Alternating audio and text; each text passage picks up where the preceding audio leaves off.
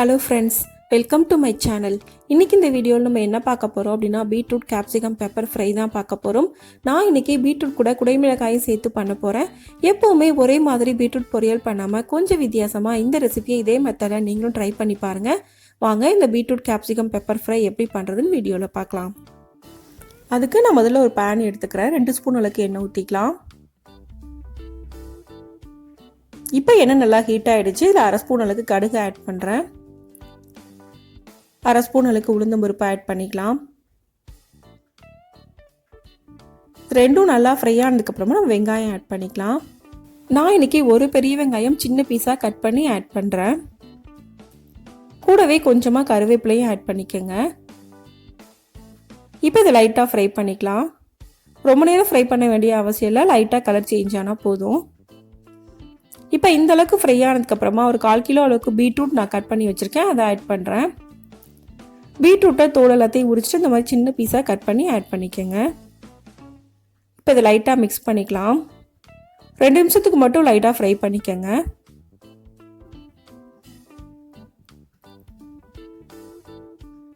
இப்போ இந்த அளவு ஃப்ரை ஆனதுக்கு அப்புறமா இது கூட நான் குடைமிளகாய் ஆட் பண்றேன்.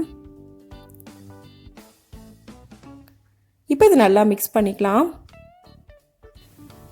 2 நிமிஷம் போல நல்லா ஃப்ரை பண்ணதுக்கு அப்புறமா நம்ம மிளகாய் தூள் ஆட் பண்ணிக்கலாம். நான் இன்னைக்கு 1/2 ஸ்பூன் அளவுக்கு ரெட் சில்லி பவுடர் ஆட் பண்றேன்.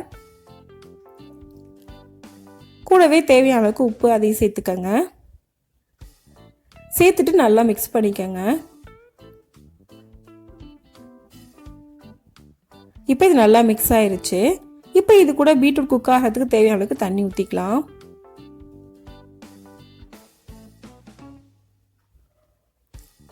ஒரு கப் அளவுக்கு தண்ணி ஊற்றினா போதும். இப்போ இது ஒரு 4லேருந்து 5 நிமிஷத்துக்கு மட்டும் மூடி வச்சு குக் பண்ணிக்கலாம். இப்போ 4 நிமிஷம் ஆயிருக்கு. நான் ஓப்பன் பண்ணி பார்க்குறேன். தண்ணி ஃபுல்லாகவே நல்லா ட்ரை ஆயிருக்கு. பீட்ரூட் நல்லாவே குக் ஆயிருச்சு. நல்லா ஒரு தடவை மிக்ஸ் பண்ணி விட்டுக்கலாம்.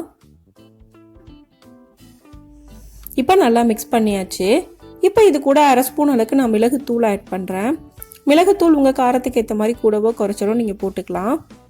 இப்போ இதை நல்லா ஒரு தடவை மிக்ஸ் பண்ணி விட்டுருங்க.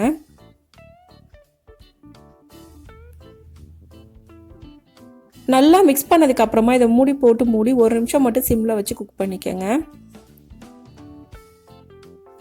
இப்போ 1 நிமிஷம் மட்டும் மூடி வச்சிடலாம், இருக்கட்டும். இப்போ 1 நிமிஷம் ஆயிடுச்சு. நான் ஓப்பன் பண்ணி பார்க்குறேன். இப்போ தண்ணி ஃபுல்லாகவே நல்லா ட்ரை ஆகி வந்திருக்கு. எல்லாமே நல்லா மிக்ஸ் ஆகிற அளவுக்கு ஒரு தடவை மிக்ஸ் பண்ணி விட்டுருங்க. இப்போ நல்லா மிக்ஸ் பண்ணியாச்சு. தண்ணி ஃபுல்லாக ட்ரை ஆயிடுச்சு. இந்த ஸ்டேஜில் நம்ம அடுப்பை ஆஃப் பண்ணிடலாம்.